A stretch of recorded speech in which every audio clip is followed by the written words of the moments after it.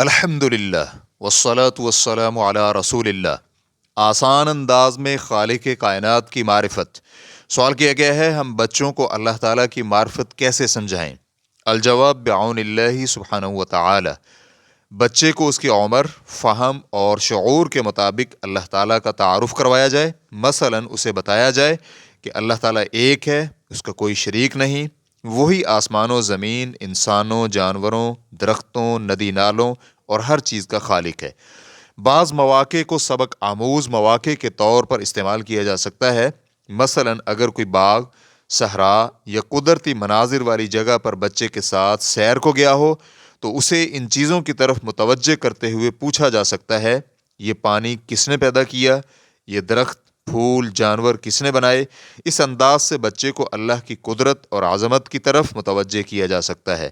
اسی طرح غروب آفتاب کے وقت سفر میں ہو اور سورج آہستہ آہستہ چھپ رہا ہو تو اس منظر کو استعمال کرتے ہوئے بچے کو اللہ کی قدرت کا احساس دلایا جا سکتا ہے۔ بچے کو اللہ تعالیٰ کی نعمتوں کا احساس دلانا بھی بہت مؤثر ہوتا ہے۔ مثلاً اس سے پوچھا جائے، تمہیں سننے کی قوت کس نے دی؟ دیکھنے کی صلاحیت، عقل، ہاتھ پاؤں، حرکت کرنے کی طاقت کس نے دی؟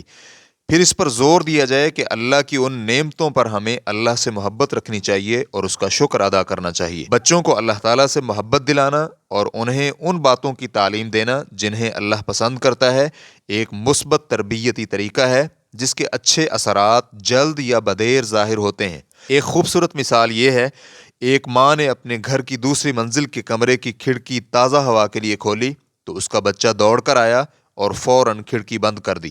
ماں نے وجہ پوچھی تو بچے نے کہا، میں نے قریبی مکان کی چھت پر ڈش انٹینا دیکھا ہے اور میں نہیں چاہتا کہ ایسی چیز دیکھوں جو میرے رب کو پسند نہ ہو۔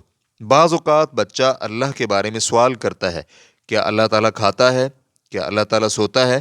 تو ایسے مواقع پر اسے یہ بات سکھانا ضروری ہے کہ اللہ کی کوئی مثال نہیں، وہ سب کچھ سننے والا، دیکھنے والا، نہ اسے اونگ آتی ہے نہ اسے نیند آتی ہے، بلکہ اللہ کو کھانے، پینے، سونے کی قطعاً کوئی ضرورت نہیں ہے۔ بچوں کو ان بنیادی عقائد کو سادگی، نرمی اور عمر کے لحاظ سے سمجھایا جائے اور اللہ کی عظمت ان کے دل میں بٹھائی جائے تاکہ وہ اللہ کی نگرانی کا احساس رکھیں، چاہے اکیلے ہوں یا لوگوں کے درمیان۔ ریفرنس کے لیے دیکھیے کتاب امہات قرب ابنائہن، صفحہ نمبر 26۔